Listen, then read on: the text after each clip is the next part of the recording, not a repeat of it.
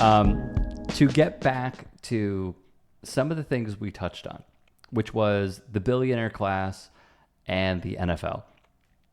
I honestly, like, I've seen so much of the NFL through you, Eric Reed, Colin Kaepernick, that this didn't surprise me. And I gotta be honest, like, was it gross? Yeah, but like, it was just fugazi to begin with, in my opinion. The NFL had end racism located behind. We fixed it. We solved racism. Take the sign Yeah, down. we did it, man. They had it behind each end zone, and then they removed it prior to the Super Bowl. Do you believe they removed it to appease Trump because he was going to be there and he is an out and about racist?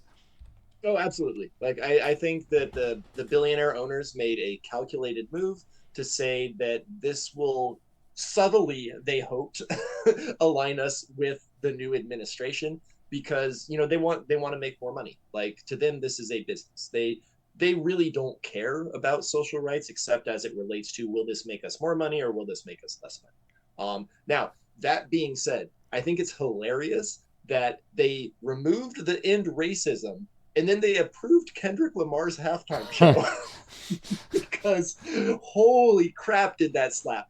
Like that was an amazing performance. It was an amazing performance. What stuck out to you personally? The visuals were a big part of it, and just how it portrayed that like America is built on the backs of Black people, and that Black people are still a part of America and such a big part of America. And there was one particular scene where it looks the one where you have the people on the streetlights, right? And it looks like it could be either a dimly lit street or a prison yard. And I thought it was a really clever use of imagery, kind of like, this is what you picture us as, but that's not who we are. Mm-hmm. Was there anything else that stuck out to you? I agree with this. Well, I mean, A minor, like Hmm? I think that part definitely stuck out.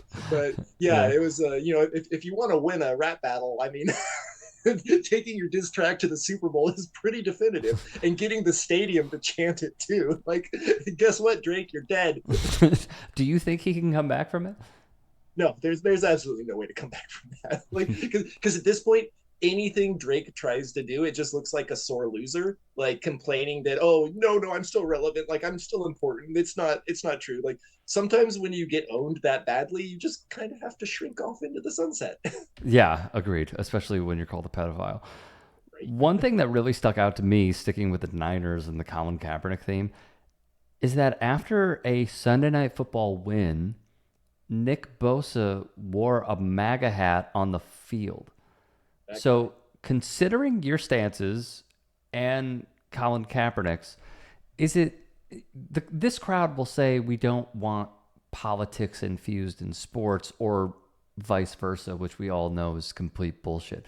But seeing how Bosa is able to get away with it and a few other players are able to get away with it, but you are not, Colin Kaepernick is not, Eric Reed is not, how does this visual representation make you feel? Yeah, well, I mean, it makes me upset, obviously, because I think MAGA is explicitly a Nazi movement. And I think the people who are supporting it, a lot of them are in it for that. Like they want to be racist. They want to crush other people under their heels.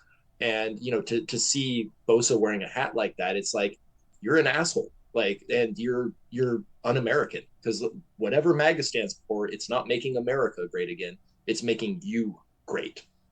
Which has nothing to do with America.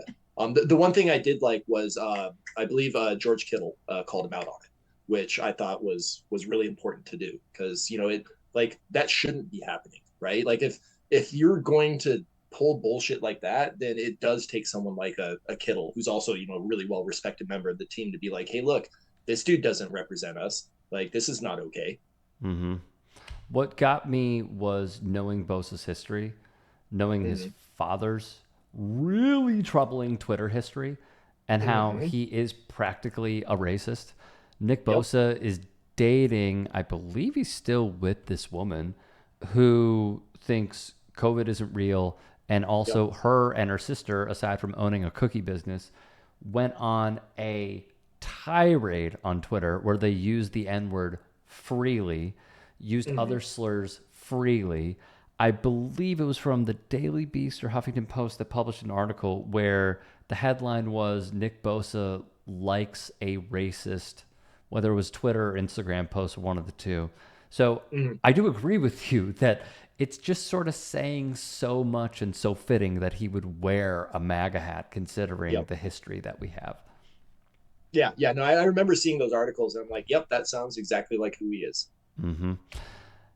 Straightforward question. How, in your eyes, has Roger Goodell bent the knee to Donald Trump, in your opinion?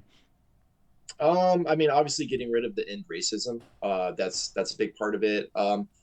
Although I will say I think it's a little too early to tell if the NFL has like bent the knee, because I can't think of anything else that they've done yet that's been legit like, oh, we're going to kowtow to what the what this administration wants. And I think a large part of that is because the current administration didn't didn't really start doing stuff until after the Super Bowl was done, right? Like, they kind of had some initial things they did after the inauguration, but like the whole shitty part of what they've been doing is really just kind of ramped up over the last month or so. Mm-hmm. So yeah, I don't know what specifically the NFL might do, but I wouldn't be surprised to see them do something that upsets Donald Trump, for Trump to say that he's upset about it, and then for them to walk it back. That would not surprise me at all.